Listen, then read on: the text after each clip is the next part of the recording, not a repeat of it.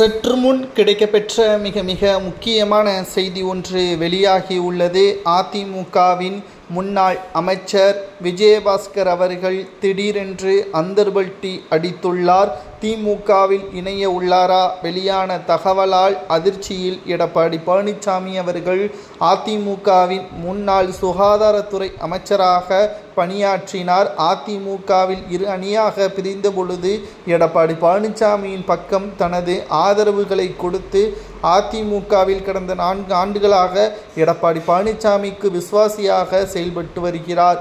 ஆனால் 2026 சட்டசபை தேர்தல் நடைபெறுவதற்கு இன்னும் 7 மாதங்களே இருக்கக்கூடிய நிலையில் எடப்பாடி பழனிசாமியின் செயல்பாடுகள் திருப்திகரமாகவே இல்லை. கட்சிகள் ஒட்டுமொத்தமாக உட்கட்சியின் மோதலின் காரணமாக தொகுதிகளில் வெற்றி வாய்ப்பு என்பது இழக்கக்கூடிய வகையில் அமைந்துள்ளது.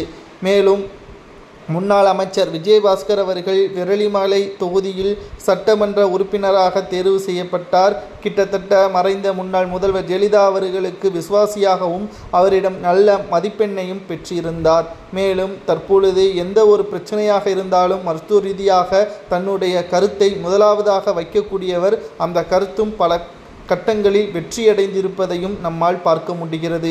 கொரோனா காலகட்டத்தின் பொழுது விஜயபாஸ்கர் அவர்கள் தமிழகத்தில் செய்த சுகாதார பணிகளின் மேற்கொள்வதில் திமுகவை பாராட்டக்கூடிய வகையில் அமைந்தது என்பதையும், அப்பொழுது எதிர்க்கட்சியாக திமுக இருந்தது. சுகாதாரத்துறையை பற்றி எந்த ஒரு விமர்சனத்தையும் ஸ்டாலின் அவர்களோ மற்ற கட்சியினர்களோ முன்வைக்காததற்கு காரணம் விஜயபாஸ்கர் அவர்கள் டாக்டராக பணியாற்றியதுதான். மேலும் அவர் டாக்டர் முடித்து மக்களுக்கு தொகுதி வாரியாக நல்லது செய்ய வேண்டும் என்று மனதில் வைத்து கொண்டுதான் விராலிமலை தொகுதியில் போட்டியிட்டார். அமைச்சராகவும் வெற்றியடைந்தார். கிட்டத்தட்ட தற்பொழுது அதிமுகவில் இருக்கக்கூடிய நிலைமை மிக மோசமாக மாறிக்கொண்டிருக்கிறது.